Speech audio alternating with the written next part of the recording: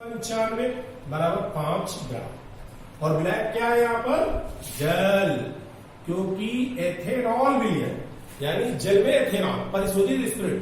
परिशोधित स्पिरिट क्या होती है इसको भी ध्यान से देख लीजिए। परिशोधित स्पिरिट, स्पिरिट 95% सांद्रता की होती है। इसका मतलब होता है कि एथाइल एल्कोहल यानी C2H5OH इसमें है 95 ग्राम और इसमें शेष क्या है? जल है। और जल की मात्रा कितनी है? 5 ग्राम। ऐसे ही आप देख सकते हैं, ये हम लोग पढ़ते हैं, छोटी कक्षाओं में पढ़ा भी है हम लोगों ने, हाई स्कूल वगैरह में। तो ये बात आपको समझ में आ गई। इसके बाद हमको इसका क्या निकालना है? मोल प्रभाव यानी प्रत्येक अवयव जो विलयन में 2 ही अवयव होते हैं, विलय और विलायक। तो इसको नोट करिए, फिर आगे हम आपको बताना है। चलिए हम लोग इसको देखते हैं कैसे लगेगा, क्योंकि यहां पर हम लोगों ने परिशोधित स्पिरिट में विलेय पदार्थ की मात्रा निकाली थी। W बराबर 95 ग्राम। ये क्या है? एथिल एल्कोहल है C2H5OH, इसी को हम लोग बोलते हैं एथेनॉल, ठीक है। और इसमें कैपिटल W कितना आ गया था? 5 ग्राम। कैपिटल W यहाँ क्या है? जल, H2O यानी जल यानी विलायक। ये विलेय बना और ये विलायक बना, इसे हम क्या कहेंगे? विलेय पदार्थ। और ये क्या बन गया? विलायक। समझ रहे हैं? ठीक। अब देखिए आपको आगे क्या करना है। ये चीज तो हमने निकाल ली, मगर हमको जब हम मोल प्रभाव निकालेंगे तो हमको अणुभार की भी जरूरत पड़ेगी, जल के अणुभार की भी जरूरत पड़ेगी और एथिल एल्कोहल यानी एथेनॉल के भी अणुभार की जरूरत पड़ेगी, ठीक है। तो जल का अणुभार निकाल लेते हैं। MWT वाटर H2O बराबर क्या हो जाएगा? H का परमाणु भार कितना होता है? 1। तो 2 × 1 प्लस 16 बराबर 18। चलिए उतारिए।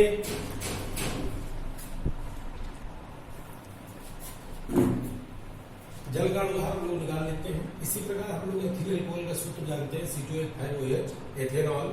मॉलिक्यूलर वेट इसका भी आपको निकालना पड़ेगा। C का परमाणु भार जो होता है, C का परमाणु भार जो होता है वो 12 होता है, H का परमाणु भार 1 होता है, O का 16 होता है। यदि हम इनका प्रयोग करके इसका यूज करके हम लोग एथिल एल्कोहल का अणुभार निकाल लेते हैं। देखिए एथिल एल्कोहल में C के 2 परमाणु, तो 2 × 12 यानी एक परमाणु का भार 12 है, तो 2 परमाणुओं का भार कितना हो जाएगा? दुगना हो जाएगा। अब हाइड्रोजन के कितने इसमें है परमाणु? 5। अब एक परमाणु का भार कितना होता है? 1। तो 5 परमाणु का भार 1 × 5 प्लस O का 1 परमाणु है, तो इसका परमाणु भार कितना है? 16। ये क्लियर हो जाएगा आपको। और H का परमाणु 1 है, तो इसका भी कितना हो जाएगा? 1। इस तरह से इनको हम जोड़ लें। 12 दूनी 24 प्लस 1 में 5 लगूंगा, 5 ही आएगा। 16 + 1 24 और 1 25, 25 5 30 और 30 10 40 6 यानी एथिल एल्कोहल का अणुभार कितना आ जाएगा? 46।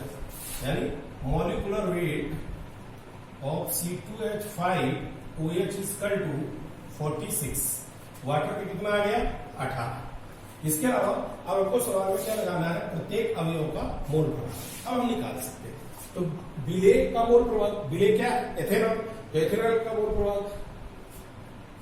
प्रभाव जो निकाला जाता है विलेय पदार्थ का, उसमें विलेय की मात्रा जो होती है, मोलों की संख्या ऊपर, और विलयन में विलेय और विलायक के मोलों की संख्या से उसमें भाग लगाया जाता है।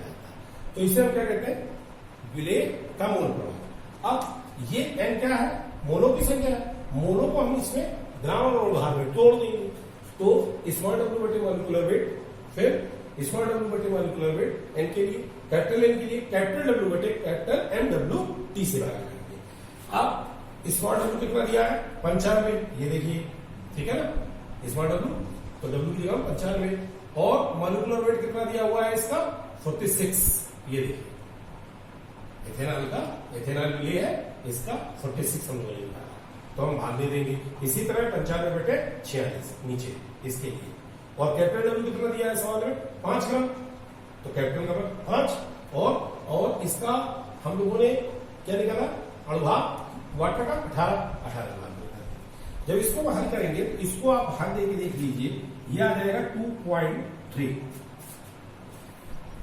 समझ रहे हैं? 2.3 नहीं 6, और इसी तरह ये हो जाएगा 2.06 प्लस इसको हल कर लीजिए, यानी इसको हम हल करेंगे तो ये आएगा 0.27, और इसको पूरा जोड़ के नीचे वालों को ऊपर भाग देंगे तो हमारा आंसर आएगा 0.88144। अब ये हमारा विलेय का क्या निकल आया? मोल प्रभाज। अब विलायक का मोल प्रभाज कैसे निकालेंगे? तो विलायक का मोल प्रभाज अब हम सूत्र न लगा के सीधे, क्योंकि हम लोग जानते हैं कि किसी विलयन का मोल प्रभाज जो होता है सदैव एक होता है, तो हम क्या लगाएंगे? विलयन का मोल प्रभाज बराबर विलेय का मोल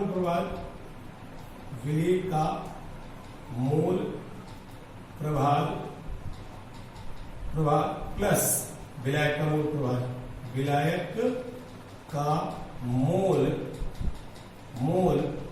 प्रभाज। विलेय का मोल प्रभाज सदैव कितना होता है? 1। विलेय का मोल प्रभाज आपने कितना निकाल लिया? 0.88144 प्लस विलायक का मोल प्रभाज हमको निकालना है, तो विलायक का मोल प्रभाज, तो इसको उठाकर 1 में घटा दें, निकल जाएगा। तो क्या निकल आया? विलायक का मोल प्रभाज बराबर 1 - 0.88144 बराबर, इसको हम घटा दें। इसको घटाने के लिए हम लोग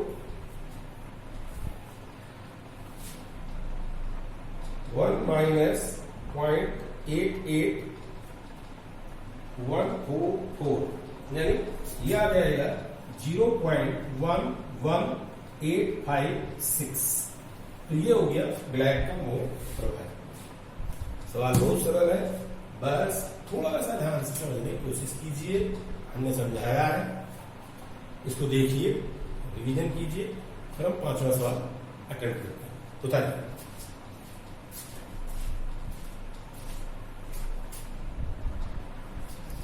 चलिए हम लोग 5वां सवाल देखते हैं।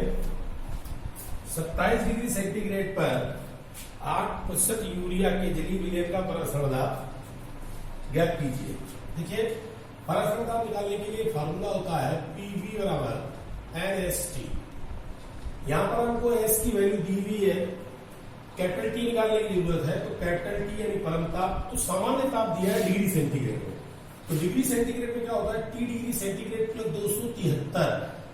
जब हम सामान्य ताप को जोड़ेंगे तो परम ताप यानी केल्विन में कन्वर्ट होगा, यानी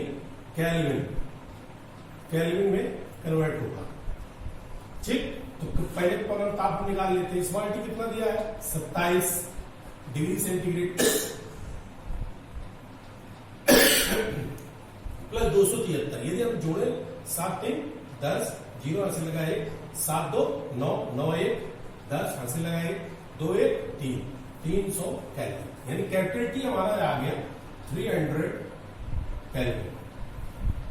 यहां पर हमको टी की वैल्यू पता चल गई। एस की वैल्यू सवाल में दी हुई है 0.082 litre ATMP atmospheric pressure degree inverse mole inverse. अब हमें क्या देखना है सवाल में? 8% यूरिया विलयन, 8% यूरिया विलयन यानी विलयन,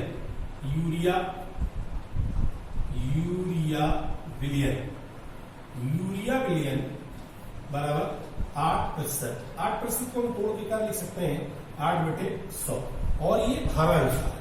तो यहां पर क्या हो गया? स्मॉल w आपको पता चल गया, सॉरी इतना अनुसार होता है v, यानी स्मॉल w आपको पता चला, यानी विलेय पदार्थ की मात्रा 8 ग्राम यहां पर एजम्पशन की जाती है, और v बराबर क्या हो जाएगा? 100 मिलीलीटर। तो इसे लीटर में बदलना होगा, क्योंकि हम लोग जानते हैं, क्या जानते हैं, 1 लीटर बराबर 1000 मिलीलीटर। तो 1 मिलीलीटर बराबर क्या आ जाएगा, 1 मिलीलीटर बराबर आ जाएगा 1000 का इधर दे दीजिए लीटर में, तो 1/1000 लीटर। तो 1 मिलीलीटर की जगह हम क्या कर सकते हैं, 1/1000 लीटर लिख सकते हैं, इस मिलीलीटर की जगह देखिए। तो V बराबर क्या हो जाएगा, 100 इंटू 1/1000 लीटर। अब इससे हम कट कर दें इसे, तो 1/10 आ जाएगा, 1/10 लीटर। इसको क्या लिख सकते हैं, 0.1 लीटर। तो हमको आयतन भी पता चल गया, मात्रा भी पता चल गई, कैपिटल T भी पता चल गया। एस की वैल्यू सवाल में दी हुई थी आपको, ठीक। V पता चल गया, S पता चल गया, T पता चल गया, P निकालना है। और N मोलों की संख्या हमारे प्रश्न में, इसको तोड़ेंगे N, जब इसे तोड़ेंगे तो सूत्र में क्या आ जाएगा, स्मॉल w बटे मॉलिक्यूलर वेट, ये मोलों की संख्या है, into S into capital T। यानी अभी यूरिया का अणुभार भी हमको चाहिए। तो यूरिया का अणुभार, यूरिया का सूत्र होता है NH2CO NH2, ठीक, का अणुभार यानी मॉलिक्यूलर वेट। वैसे हम बताएं आपको 60 होता है, यदि निकालना चाहेगा और निकाल लें, क्योंकि N बराबर परमाणु भार होता है 14, H का होता है 1 और C का होता है 12 और O का परमाणु भार होता है 16। N के यहाँ पर एटम कितने हैं, यदि देखा जाए तो 2, H के एटम कितने हो गए 4 और C का 1, O का 1 एटम।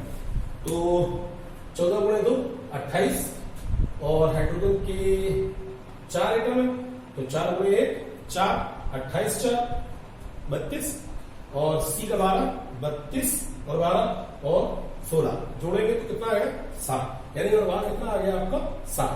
यानी हम यूरिया का अणुभार भी देख लेते, हमको पूरी वैल्यूज पता चल गई। अब हम फाइनली सूत्र ये वाला लगाएंगे, क्या लगाएंगे, PV equal WF, W upon molecular weight into S into T। इसको लगाएंगे तो हमारा केवल P नहीं मानेंगे, ओनली फॉर P हमको कैलकुलेट करना है परासर का, और यही हमारे सवाल में पूछा भी गया है। तो P कैलकुलेट करेंगे, कैसे करेंगे, चलिए इतना आप देखिए, इसके बाद हम P कैलकुलेट कराते हैं।